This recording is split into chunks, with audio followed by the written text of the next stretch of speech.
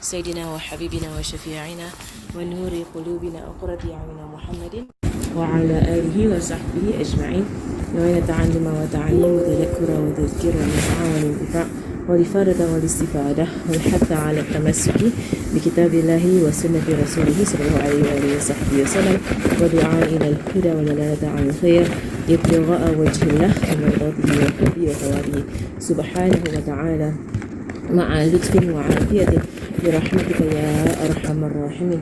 اللهم إنا نسألك علم لدني ومشرب صافي الهاني يا وهاب يا غني. اللهم إنا نسألك علم لدني ومشرب صافي الهاني يا وهاب يا غني. اللهم إنا نسألك علم لدني ومشرب صافي الهاني يا وهاب يا غني. اللهم صل وسلم على سيدنا محمد وعلى آله وصحبه وسلم. اللهم إنا نستغفر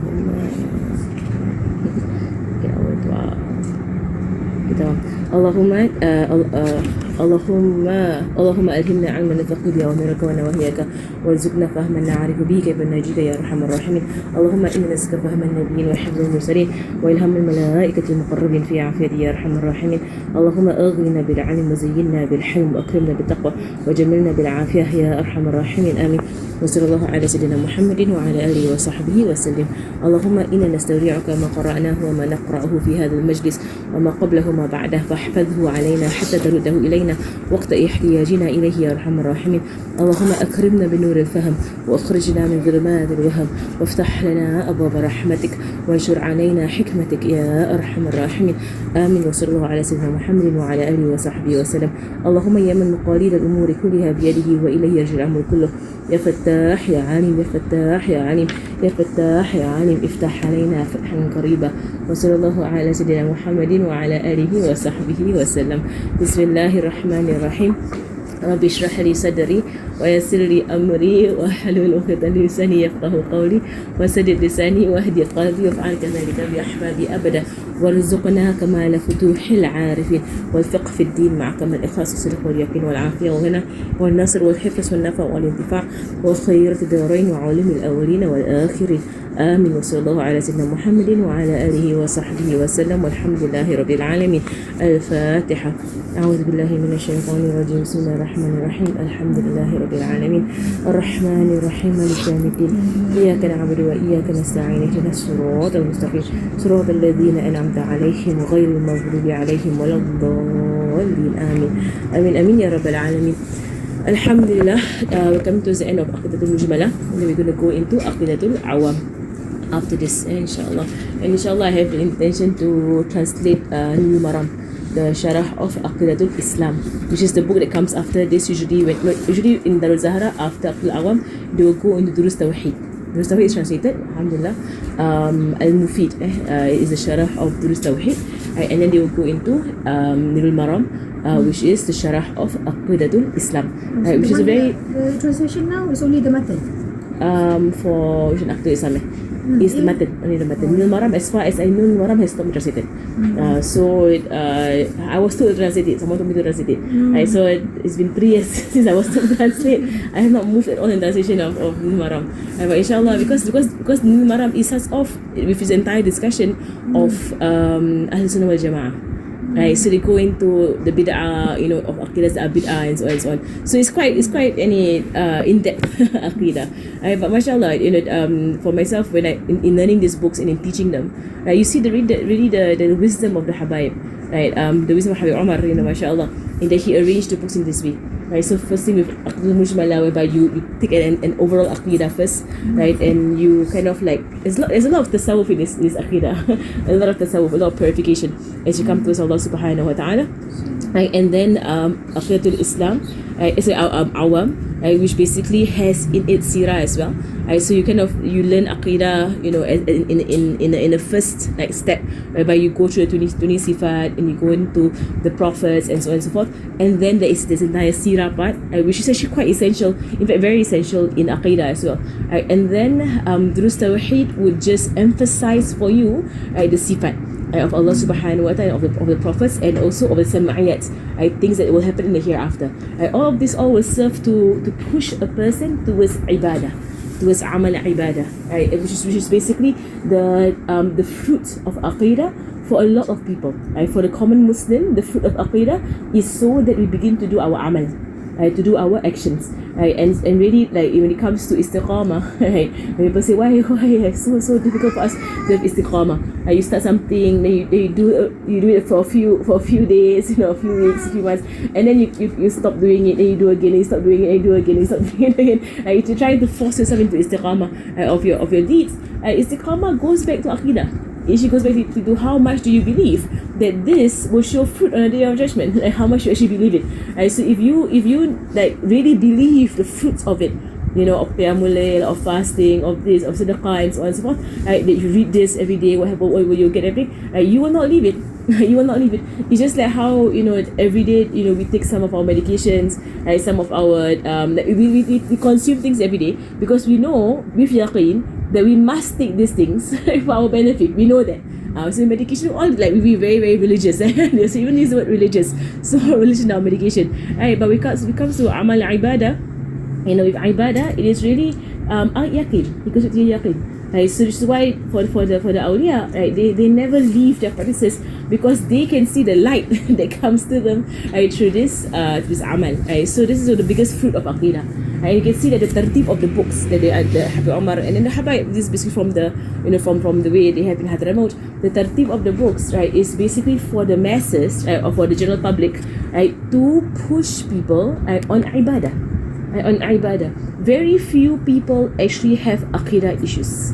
The vast majority of Muslims are okay in their aqidah, right? Most Muslims. Maybe in our zaman, something else, in our zaman. Right? But generally, speak to any Muslim, right, that right? They believe in one true God, right? Allah is not like any of His creation. Right? There's a general aqidah going on. Right, they love the Prophet Sallallahu Alaihi Wasallam and will never ever ascribe anything negative to Rasulullah Sallallahu Alaihi Wasallam. Right, I mean, he's perfect. Right, so the general Muslim is like that. General Muslim. There are Muslims, right, who read a lot of nonsense online, right, and then they begin to question and have problems and doubts. But there is actually a very small percentage, right, of Muslims who are like that. Most of us, we believe, inshallah, we believe, and amanna billahi ta'ala, wa bi rasulihi, wa bi kitabihi, wa bi kutubihi, wa rusulihi, wa yawmul akhir. We have no issues with our aqidah. Right? We know it's true because it's natural. So we know it's completely true. Right? Then the aqidah is to push us to our ibadah. Right? That's the whole point of aqidah. Right? This is why learning aqidah over and over again, right, there is a fruit and there's a benefit.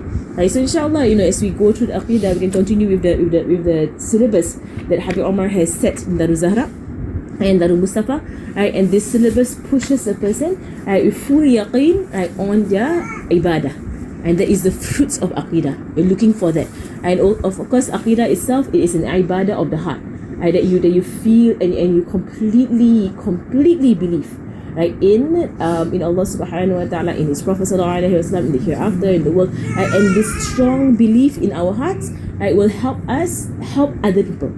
This is also one of the fruits of aqidah, to help other people who are struggling with their aqidah, especially in our zaman. With a lot of people, it's really very sad that so many young Muslims are struggling with their aqidah in this zaman, right? And really it's because of ignorance. Basically, they have never gone to study ever in their life. So if we bring our children, our young, on these books, Aqidah al-Mujmala, then Awam, then Durus Tawheed, and then Aqidah al-Islam, and that is sufficient. Actually, Aqidah al-Islam is sufficient. They have more after that, but it goes into like a lot of deep discussion of logic and details and everything, which most people don't need.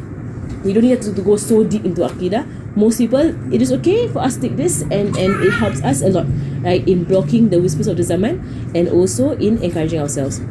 So last week we went into the books, right, whereby we spoke about the Quran, the Zabur, Torah, right. We spoke about the books, the scriptures to Nabi Ibrahim and Nabi Musa alayhi salam. Right, this is the way of Allah subhanahu wa ta'ala, that Allah subhanahu wa ta'ala sends books and scriptures. Right, why? So human beings have something to hold, right, and that they can refer to till the end of time. Right, that is why Allah subhanahu wa ta'ala sends scriptures and books, because human beings, we forget. Right, so if the Prophet was sent to us, and the prophets alayhi wasallam, I were to sit in front of people and teach people without a text, There's no text in front of them. Right, the moment the Prophet dies, the whole thing gone. And the whole thing will be forgotten by the people. And nobody's going to remember anything of what the prophets have said. Right, so Allah, in His divine wisdom, knows human beings. If you don't write things down, you don't have a book in front of you, right, you will forget everything. You did the class. What do you learn? Don't know. Just 10 minutes ago, the class. What do you learn? Don't know. Learn something. What was the talk about? What was the kalima about? And then you will miss it like that. If you don't write down, the whole thing becomes, it just evaporates from our minds. Most human beings, unless you write down, right, or you have a book in front of you that you can refer to. So and Allah knows in His divine wisdom, right, that He sent down scriptures and books because we need it. But at the same time, right, Allah Subhanahu wa Taala in His divine wisdom, right, has allowed for the previous books and the previous scriptures to be messed with by human beings. Right? So human beings have all these books and the scriptures. I don't like some parts of it, they change. And they just change it. And even to the point whereby in the tafsir, like in some of the verses in the Quran, whereby Allah Subhanahu wa Taala speaks about the Jews, they calls them out on changing what's in the scripture. I saw that the tafsir mentioned that what they were changing, right, was the description of Rasulullah Sallallahu Alaihi Wasallam in their own books. The description was exactly how Rasulullah was, exactly to his height, to his build, to his face, to his hair. Every single thing about him was described in their scriptures, so detailed. So Allah Subhanahu wa Taala says in the Quran, they didn't even know him more than they know their own sons, because they have memorized the description of Rasulullah Alaihi Wasallam. So what did they do? They changed it. When they saw Rasulullah, they said, he's exactly as in the scripture, exactly. Right, so they changed. Okay, short. He's not in the average height. He's short. Right. They changed the hair. Hair is curly. They changed it's so shallow, so nonsensical. They were changing to the extent. Right. Right. And you mentioned also before about the lineage of Nabi Isa alayhi salam. Right. They even changed the lineage of Nabi Isa. And this one I learned from a Christian. I got this Christian, an ex-Christian, and she became a Muslim. So she was once at a mosque in Malaysia. You know how we have all these charts of the lineage of prophets, right? We all love it. I mean, the Asians love it. You go to Malaysia, you have this like Nabi chart, Nabi Adam, all the Anbiya, right? And until Nabi Isa, Nabi Muhammad Sallallahu Alaihi Wasallam, and you see how they're linked and everything. Kan? We love it, right? So mashallah, you can just go to a Google search, you can find these charts online, right? Because the Malays, we love this chart of the prophets, how they are related to each other. Almost a lot of houses will have it in their home, right? They put it up, right? So I think it was in the Masjid Negara at Malaysia. It was a masjid in Malaysia. They had this shut up, and there was an ex-Christian who had come into Islam, right? And she was there walking around, seeing all the displays in Masjid Negara, like, of Malaysia, and saw this chart, right? And she was looking at the chart, and she saw that the lineage of Nabi Isa alayhi salam is linked to Nabi Daud, Nabi Sulaiman, right? And she said to the Muslims, don't you know that this is a major debate amongst the Christians? It's a major debate amongst the Christians, the lineage of Jesus, of Nabi Isa alayhi salam. And they're like, why? Because she said, because the Christians had changed the lineage of Isa to King David and King Solomon. That means Nabi Daud, Nabi Sulaiman, because they are kings. They are kings in their right. And she said that the debate is between, is Nabi Isa from Nabi Daud, Nabi Sulaiman, or from Nabi Harun?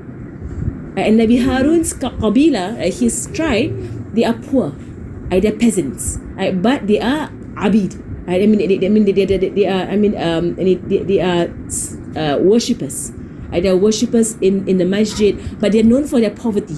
There's a very poor tribe, Nabi Harun's tribe, that way. Right, so she was saying that, and actually the truth of it is, she was saying this convert, she was saying the truth of it is that he is from Harun, right, and not from David and Solomon, not from Nabi Dawud and Nabi Sulaiman, not from there.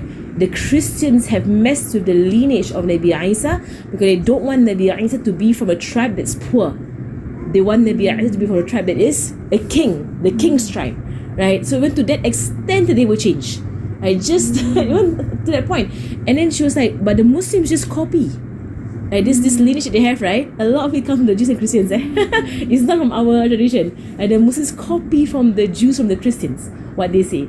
So a lot of in this kind of charts, right? There's nothing in our heritage that says these names in the Anbiya and whatsoever. The Jews have it, the Christians have it, right? So she was saying that she was saying that in the Christian community there's a huge problem with this because they know they changed it.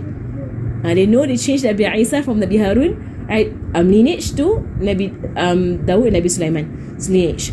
And then so she said that, and the Muslims actually have the proof for it. The Muslims have the proof for it. Where? In Surah Maryam. In Surah Maryam, when Surah Maryam comes out with Nabi Isa alayhi salam, the Jews say in Surah Maryam, Ya Ukhta Harun. They actually say it. In Surah Maryam there is this verse, Ya Ukhta Harun. Right, so what happened is that in the zaman of Rasulullah sallallahu alaihi wasallam, when this ayat was revealed, right, the Christians made fun of Rasulullah sallallahu alaihi wasallam, saying that he confused the two Maryams, because Nabi Harun and Nabi Musa has a sister named Maryam binti Imran. There is a Maryam binti Imran, sister of Nabi Musa, Nabi Harun, the one that followed Nabi Musa's, that his mother put him in a basket, put in the river. There was a girl. There was a girl that followed the basket and to the castle of Fir'aun and saw when Nabi Musa went back to the mother and said to the mother that my brother is in the castle of Fir'aun, right? And they're looking for a witness. She's the one. There's this girl that goes back and forth. Her name is Maryam. Her name was Maryam. And she's Maryam binti Imran, because Musa bin Imran, Harun bin Imran, Maryam binti Imran. Nabi Isa's mother is also Maryam binti Imran. There are two Maryam binti Imrans. They are both Maryam binti Imran. Right, Ajib, mashallah, they are both Maryam binti Imran. Right, so in the Quran, when Sayyidah Maryam, the mother of Nabi Isa, comes out and carrying Nabi Isa, right, the Jews say, Ya Ukhta Harun. They say that. So, that is in the Quran, and it's in the Quran. And we know Sayyidah Maryam has no siblings. She has no siblings because she's the only child of her parents. Right, she was a child that was awaited by her mother Hannah. Right, and it was said that when before she was born, her father passed away, Imran passed away. So she was born an orphan. Nabi Zakaria kafala Zakaria. Zakaria and Nabi Zakaria looked after her because her father passed away before she was born, and it was said that when she was young, her mother passed away. Nabi Zakaria's wife is a sister of the mother, so khala. So the khala always takes over, right? Because the khala is the same level as the mother. So in the Sirah also there's a story of Sayyidina Hamza's daughter, whereby eventually went to one of the Sahaba whose wife was the sister of Sayyidina Hamza's wife.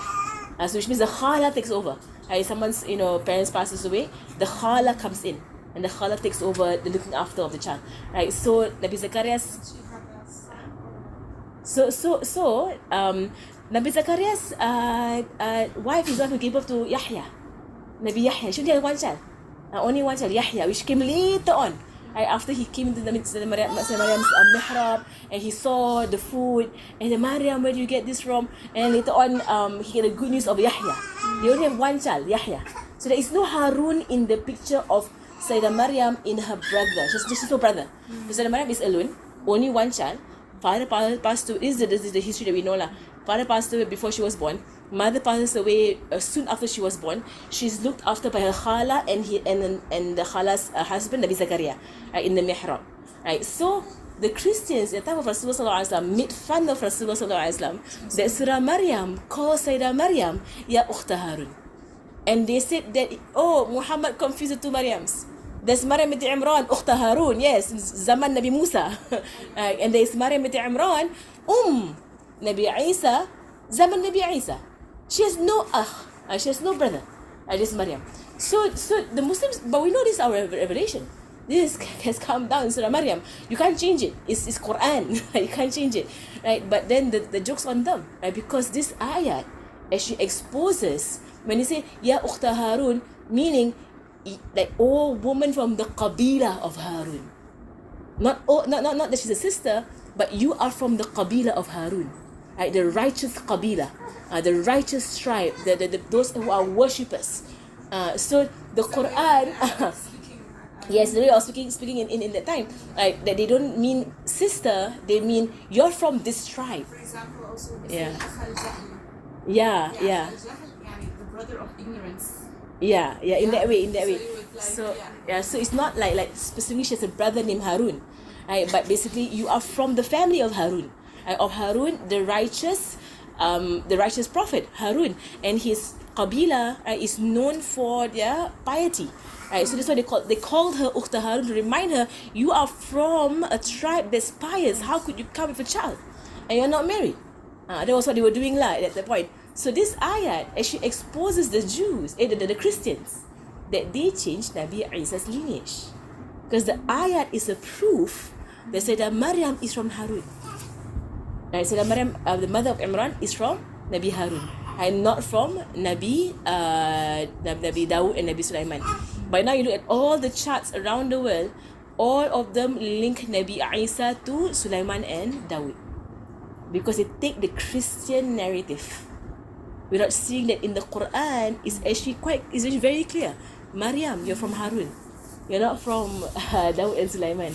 So that when it comes to the books, right, they change things even to this extent, just to make that Nabi Isa is from the king's tribe and not from the Abid, and not from the lower peasants, the poor tribe of Nabi Harun. Even to that extent, there is a tahrif. Even to this extent, they will change, like the Jews and the Christians. Something that is not in the law, just pride. Like pride, that Jesus cannot be from the poor tribe. No, he must be from the king because he's the king. So make him from the king's tribe. Change. Right? Make him to Dawud and Sulaiman.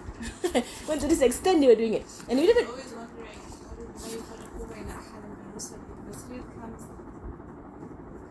like it's understanding and explanation, because they are really like يفرقون كل هذا يعني غني وهذا and they are placing worth of a person in their dunya. So they define it as shameful that Nabi Isa is from a poor tribe. So how can Isa, and because they worship Nabi Isa, I mean they're Christians, right? Concerning Yusuf, I don't know if this is also an Islamic tafsirs. Or whether it's Israeli. It's Israeli tafsir, but it's taken Islamic tafsirs also. Exactly, but it's just like Yusuf. Where does he appear in Sayyidina Maryam? It's like Nabi Yusuf? They say no, not Nabi No. Yusuf. Oh, there's this man. This boy that was playing with her when she was young. Yeah. They say that in the tafsir of Israeliyat, and it's taken in tafsir books. Yeah, but I just don't know, like, yeah. I just like always, my understanding of Sayyidah Maryam was like that she was alone in the alone mihrab, right? Nobody could enter there. So having a boy playing with her when she's young, I don't know. I just like, for me it seems wrong. And it's from the Christians. It's from the but it's Israeli taken in and our Christian. books. Now the thing about it is that when it comes to tafsir, one thing that I learned before when I was in Daruzan, there was a teacher that Ustazah Widat. Yeah. She was teaching for some time, right? She was what? She was teaching tafsir for some time. So I used to go for her classes at 35, 36. So she has, I think, like a degree or bachelor's or master's in tafsir. So she actually warned us like that a lot of tafsirs out there, they do have Israeliyat, that means from the Jews. And she said that do not take it wholesale, because some of the scholars, they do bring in Jewish material into the tafsirs. So which is why I said, you learn tafsir, you learn from a scholar. The alim will tell you, don't take this, don't take this, don't take this. Like Ibn Right? Kathir also. So Yeah, they have a lot of Israeli, yes. So it's not, so they do bring in from the Jews. Yes, yes. Right? And the thing about, like, this is why I love Habib Umar's tafsir, because Habib keeps all this stuff out. Do you know if he mentioned something like that about? I know she was talking about it, so that we that. No, I mean Sayyidah Maryam. Exactly this. I don't know. We have to go into. So usually my reference is Habib Omar. I will just look to see if Habib Omar has anything material about it and see what he said about it. But so far in me following his tafsirs, I've not heard him say anything about this Yusuf person. So just for me, like whatever Habib says is true. Right? So, and Habib, mashallah, he's like, they are very strict of what they put in their tafsir. Right? They know their sources. So as far as I know, maybe I have not heard him say anything. Because I sat with a lot of people in Denmark, like that hasn't read the Bible, like that they're not Christians, they're atheists, but they would speak about Sayyidina Maryam, like playing with Yusuf and stuff. So I want to know like the validity of it. So whether it's something that I confirm or. And if it says there's no riwayat from the Islamic point of view, Then from what I know of the Habaib, they leave it. They have no comment on it. So they Because don't it does say not, that it yeah. didn't happen. They have no comment on it because you don't know. You just don't know whether it's true or not true. But in a sense, it's irrelevant because the Quran does not talk about it. So in a sense, like it's just, and because it's khurafat, and things that are just out there, khalas, just leave it, that kind of thing. So again, the Quran also will focus us on details that are correct. That's true. So as far as we know, Sayyidah Maryam was in the mihrab and never left the mihrab except when she wanted to give birth to Nabi Isa. Then she left the mihrab and she ran away to give birth to Nabi Isa alayhi salam. That's as far as you know about Sayyidah Maryam. As far as you know. MashaAllah. And also like for us to protect this like the image, you know, of this woman, because the one thing about the Christians, and you mentioned this last week also, the Christians, they like to tarnish the images of prophets and righteous people. The Christians, they have a habit of doing that. Right? So they like to ascribe sin, and quite major sin, right, to prophets, like zina and drinking alcohol and murder and whatsoever. They will ascribe these sins to prophets. So they said that Nabi Dawood was an alcoholic. Right? It's all complete slander against prophets. Why do they do that? Because they want for themselves to feel good that they commit sins, and so you can be pious and commit sins. Right? So they want that. They want this, like you can be a pious person, right, while committing sins, because the prophets do it as well. La hawla wa la quwwata illa billah. It is our aqidah, it's against our aqidah. Our aqidah, prophets are ma'soom. And they cannot commit, it's not in their ability to commit sins. They can commit mistakes as they are human mistakes, like forgetfulness, they can, make wrong assumptions, they can have wrong judgment, possible. Right? Prophets can have all these human, flaws, right? But commit a sin outright, knowing it's a sin, mustahil. And mustahil for prophets, it cannot happen. Right? So the Christians, their lies against prophets is to this extent. And even on Nabi Isa, they uphold Nabi Isa so high and so great, they ascribe zina to Nabi Isa alayhi salam. Right? So they all like they had this lady, what's her name? It's this lady in the Christian tradition that is the girlfriend of Nabi Isa. It's so horrendous what they do. Right? So like la hawla wa la quwwata illa billah. I know of a story of a convert where his story of his converting is because he loved stories of the Prophet so much growing up as a Christian. So he will go to church every week and you want to hear all the stories of prophets. Our kids they love prophet stories,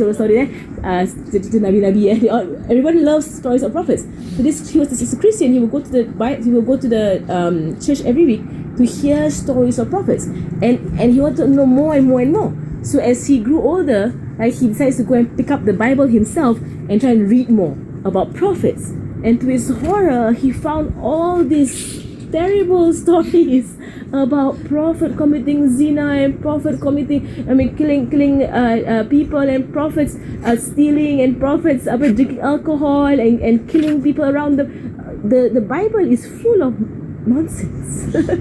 Full of nonsense. So that made him it broke his heart that these are prophets. Right, so he has this high, image of prophets, loved prophets so much. Then he reads the Bible and it's full of nonsense, and he's like, and that made him turn away from Christianity and become an atheist. Right? Because how could people of God commit such atrocious crimes? Right? Doesn't make sense, right? Doesn't make sense. Actually, doesn't make sense. It's not logical. Right? So he turned away from God altogether, turned away from the whole thing of religion, until he came across Islam. And he learned in our aqidah, this is our aqidah, of the truth says wajib for prophets is amana, which is they cannot commit sin. They cannot. That's our aqidah. Right? And he said, this makes sense. This actually makes sense, right? You can't have a prophet, a man of God, sent by God, right, to teach people about God, right, and to bring a sharia, and he commits sins. How can that happen? And logically, it doesn't make sense. Right? So when he found Islam says this, it does not make sense. Right? That prophets commit sin. So in Islam, mustahil. Right? Mustahil fi haqqil anbiya, that they commit sin. Mustahil. We completely cross out completely from our minds if anyone tells us that any of the prophets committed a sin. Straight away in our aqidah, wrong.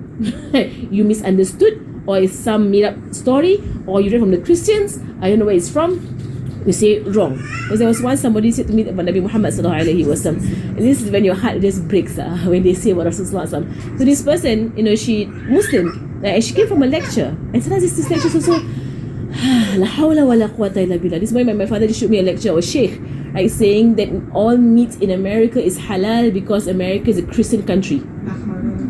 Since when is America a Christian country? It's a secular country. It's not Christian in any way. So they say all meat from Burger King, from all the steak and whatever in America is all halal because America is Ahlul Kitab. Oh, wala hawla wala quwwata. This is a recent lecture. One of my shaykh, quite a popular mashayikh. In fact, someone asked, "Can I eat meat in America?" Yes, halal. There's a lot of, especially the Arabs. So The Arabs they buy meat from the Ya shop. Allah. Only the salt in. Do you know what they do to meat to the animals in America? They shred the cow alive. You've seen the videos. They actually have a conveyor belt. Cows are fed into a huge shredder and shred alive now. It's so cruel what these companies do. Burger King, McDonald's, whatever. It's so the whole cow becomes a mass of meat.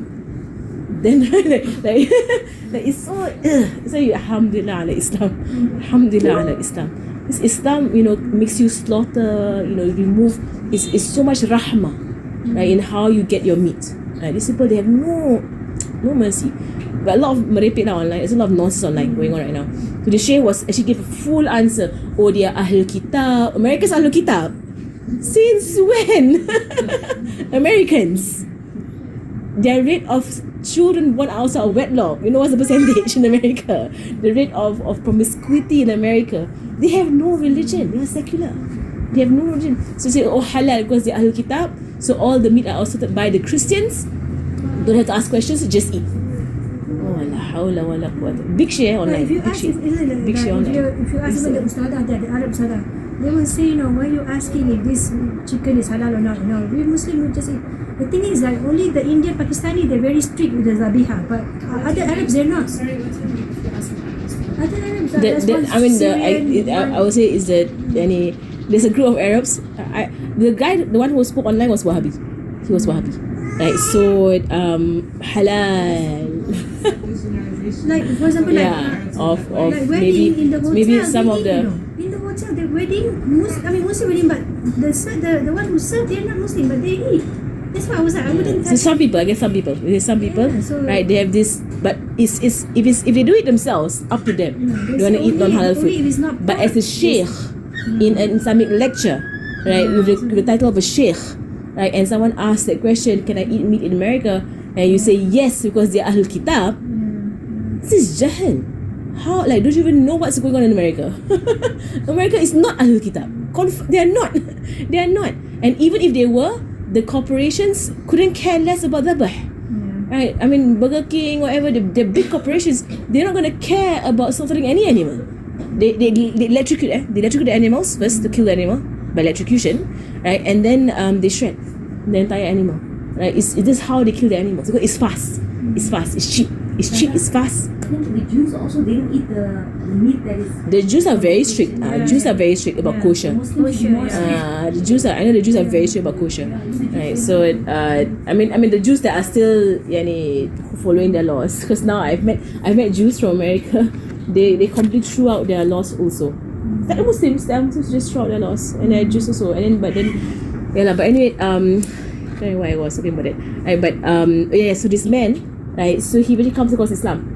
Right, and then he reads in Islam that our aqidah about prophets, right, tell us, right, it tells us that prophets cannot sin. And he said this makes sense. This actually makes sense. Right, prophets cannot sin. Right, and then therefore he went to learn more and more about Islam, and he found the entire aqidah of Islam makes complete sense. It says our aqidah is logical. It's completely logical. It makes sense. And he came into Islam by that, just by the prophets, by his love for prophets. Like he saw so many flaws in the Christian narrative, and he saw perfection in the Islamic narrative. Right, that these are our prophets. We honor our prophets. We do not dare say anything against our prophets. Like I was saying about my friend, she heard from a ustaz, right, in the masjid in Singapore, right, about how Rasulullah sallallahu alaihi wasallam used to have jealousy. And then you say, huh? Like hasad. He says yes. And I was like, are you sure he said hasad? Like, this mustahil. Ghira, right? Huh? Ghira or hasad? That's the thing. You know what? Yeah. So the thing is that sometimes people who are not good in their Arabic language, maybe, right? They translate things like wrongly, right? And therefore, when they say Nabi Muhammad SAW had hasad, like he had some form of jealousy, and in him saying that, he said that so it's okay for us to have jealousy. It's normal because even the Prophet, that's how they use it. Even the Prophet had jealousy, so it's okay for us all to have jealousy as well. Right? That's how they always okay their sins. Right? And then I said to her, at the time I was in university, so I didn't know anything, but I knew that it's wrong because our aqidah is mustahil. I said no, I don't think our Prophet ﷺ ever had jealousy. It's such a low trait to have jealousy. Right? Because people who have jealousy are people who just compare themselves with everybody else. It's a very low trait. Jealousy is a very, very pathetic state to be in, to be jealous of somebody else. It's so pathetic.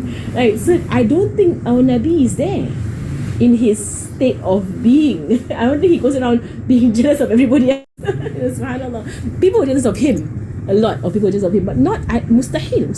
So I knew that as straight away I rejected. Rasulullah has no jealousy. Maybe he misunderstood, right? Or maybe the Ustad said something else, I don't know what. Right? But what I know is that you cannot be jealous. I know that if you find jealousy in your heart, you're supposed to fight it. Right? We know about ghira. Ghira is you will say protectiveness. In English you won't say jealousy, but you say a protectiveness, right? That husband should have over the wife and wife over the husband. So like if somebody's wife is someone who to say about your husband, hey, he's very handsome, or you should have a ghira. Like, you be like, hey, don't say that about my husband. Look away, go away, or go away. You know, and it's a very bad adab, like, for any woman to say to the wife of someone or some. And I've heard people say that to people's wives. Your husband very handsome. Don't do that. Even if you think my husband is handsome, please. Such bad adab, right? Such bad adab to say. So as it is actually praiseworthy as a wife to be upset with that. You shouldn't be looking at my husband in that way. Right? It's called ghira. That is praiseworthy. It's called ghira. That I don't want that. Same thing with the man on the wife. Even that if you know a man would come say to your wife, oh, she looks good, mashallah. No, I mashallah. She looks good. I heard people say that. Oh, you're looking really, really good. Saying in front of the husband. Some husbands find pride in that. They find pride in other people commenting on the beauty of their wife. But in Islam, there should be ghira. There should be ghira that don't comment on my wife. Go away. There should be a ghira, right, about it in Islam. So anyway, this is about our prophets, right? For us to understand that we hold our prophets high. Right? In Islam, we do not allow anyone to bring any blemish to the names of to all the prophets. Nobody to say anything about our prophets in a negative light. Right? That is what we believe in. Right? So we're actually the part of bikulli rasulin arsalahullahu ta'ala. Right? So every prophet is a slave of Allah subhanahu wa ta'ala. They were sent in truth to the creation. They are human beings, so not jinn. They can't be any other creature except for human beings. But they are sent to the jinn. They are sent to the jinn of their zaman. So Rasulullah is also sent to the jinn of his zaman. We know that the jinn are also sent to, right? Because there was the jinn that met Rasulullah. They actually speak about Nabi Isa. It means they met Nabi Isa. Because jinn lived for a long time. Right? So Nabi Isa, Nabi Muhammad sallallahu alaihi wasallam, about 500 years. So jinn live easily for 500 years. No issue. I heard, I think in the past someone said about the last jinn Sahaba passed away, I think a few decades ago, I think. One of the Habayibs here said, which Habib was it? One of the Habayibs here said, the last jinn Sahaba. Is it Habib Hussein? He said it. If I'm not Habib Hussein, Habib Hussein Halad, the last jinn Sahaba. If I'm not wrong, I heard him say something about that. The last jinn Sahaba passed away, I think 10 years ago or something like that. Or 15 years ago. The last jinn Sahaba passed away. Because jinn live for a long time. Right, so it's not mustahil. It's not mustahil for the Sahaba to still be around. Who met Rasulullah in the time of Rasulullah. Because when they met Rasulullah in his zaman, there were those who actually had met Nabi Isa. And then there were those, so they had met previous prophets. and they met the last prophet. These are the jinn. So prophets are human beings. They are not jinn, but they were sent to the jinns as well. Because it's thaqalain. For human beings and jinn, they are both mukallaf. They are both questioned on the day of judgment. Human beings and jinn.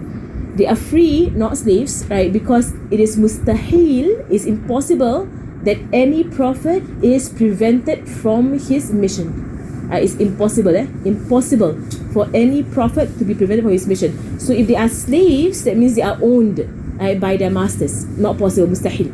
So somebody were to ask, what about Nabi Yusuf alayhi salam? Wasn't he sold into slavery? The answer is no. Because, and from the nas in the Quran itself, the Quran's words itself, that when the Aziz brought Nabi Yusuf alayhi salam, he brought him home and says to his wife, Akrimi Matwa, which means honor his living space. Maybe he might benefit us, or we take him as a son. Right? So already in the statements of the Aziz, it's not a slave boy, but it's a family member. So the Aziz had taken Nabi Yusuf home, and he was honored, given his own living space, and treated as a family member, not a slave. So Nabi Yusuf had freedom to do what he wanted to do. He was not a slave at all. So Because the brothers didn't own him in the first place. and he not even actually sell him. Yeah, and he wasn't even sold into slavery. He was captured. In a sense, they found him in the well, right, and they illegally took him. Right, and in fact, the tafsir Habib Omar gives about Surah Yusuf has a very beautiful tafsir Habib Omar. So for me, like whatever Habib says, sah. Right, so Habib said that in Surah Yusuf, alayhi salam, when the people, the travelers, found him in the well, right, and they took him, they hid him because they actually knew he is the son of Nabi Yaqub. They actually were aware of it, right, that this is the son of Yaqub, right, but they were greedy, right, and they had dunya in their hearts, and they wanted to sell him off. But they knew, because it was not far from the house of Nabi Yaqub, so it was well known, this is the son of Yaqub. They actually knew it, right? But they hid him. They hid him in their bida'a, right? They hid him and they snuck away, right? Because they knew they were doing something wrong, the travelers. Right? So they also they're criminals, right? They're criminals. They stole Nabi Yusuf because in a sense, if you found a child in a well, let's say, a good person would go around, whose child is this? Right? I mean, you would go around and check, did anyone lose a child? Anyone lose a son? You won't like steal the child and bring him to another land. This is crooks. Crooks do that. not good, decent human beings. Right? This is crooks who stole Nabi Yusuf from where they found him. They should have just gone around looking for who is his parents. Any human being would do that, right? MashaAllah. So when you think about the story, right, these people are also crooks, the travelers. they stole Nabi Yusuf and brought him to Misr, and they quickly sold him off because they were so scared that someone would find out who he was. So they had full knowledge of who they found and took him away from his family. It's all Allah's taqdeer, mashallah. The Aziz buys him not for him to be a slave, but buys him because the Aziz was amazed by him. So wanted him to be a family member in the house of the Aziz. So slavehood, no, not Nabi Yusuf alayhi salam. Right, same thing also, free of any repulsive defect. Right, so and Habib mentioned, right, so all I'm taking from Habib about Nabi Ayyub alayhi salam. So it's actually the Jewish narrative that the worms were crawling on the skin of Nabi Ayyub alayhi salam. Jewish narrative. Need to really clear out all these Jews and Christians and all their lies. Right, Habib said no, mustahil. It was inside Nabi Ayyub. Right, the illness was inside of him. Right, so he was ill from the inside, and he was in a sense quite paralyzed. Right, but also it's fatra. It's for a short period of time. It did not harm his mission as a Nabi. But it was a short period of time whereby he had this illness. But was he repulsive? No, never. But only when it came into his heart, then he cried out to Allah subhanahu wa ta'ala that that some harm has come to me, Nabi Ayyub alayhi salam. So all kena clarify. You must clarify exactly what our aqidah says and what has seeped into our narratives from the Christian and the Jews. Because they have a lot of lies about prophets. A lot of lies. La hawla wa la quwwata illa billah. Right, so and then from fathers, from noble fathers and chaste mothers. And from here also Habib Omar, he will always give the proofs of Azar, the uncle of Nabi Ibrahim alayhi salam, because in the Quran it says Abuhu Azar, right? It says the father of Nabi Ibrahim, Azar, right? So Habib will give a full proof. How many proofs that it's not the father, is the uncle, it is the right? And one of the proofs of it is that when you say my father Fulan, in the Arabic culture it means uncle, right? They say this is my mother so and so. So you say ummi hada, right? Meaning auntie, doesn't mean my actual mother. So when I say mother, I just say ummi. I don't actually put a name next to it. If I mean father, I just say abi. I won't actually say abi fulan. So and you will find that the hababa, so that they will say, you know, abi, like Adi said, abi Abu Bakr, abi Abuya Abu Bakr Adani. It is her uncle, but she calls him abi. It's the way of the Arabs, right? They do it in that way, right? So there's the first proof that Allah specifies the name of this person that Nabi Ibrahim is calling ya abati, right?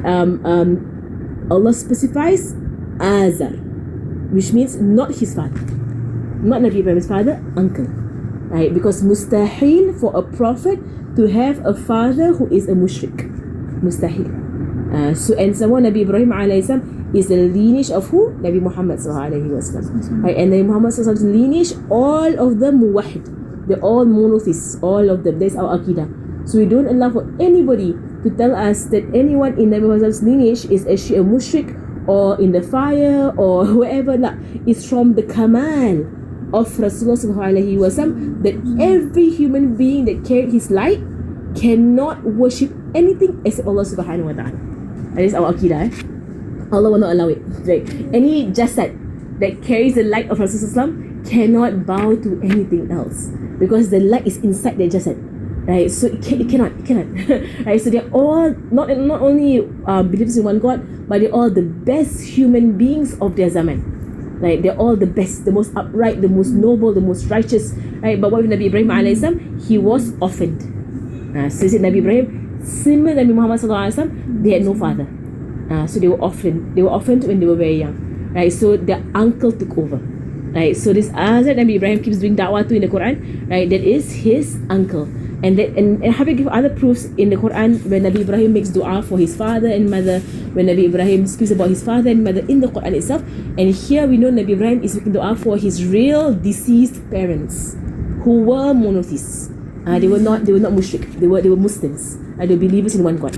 So it's really, mashallah, for us to understand, because a lot of children's books, they will say Nabi Ibrahim's father.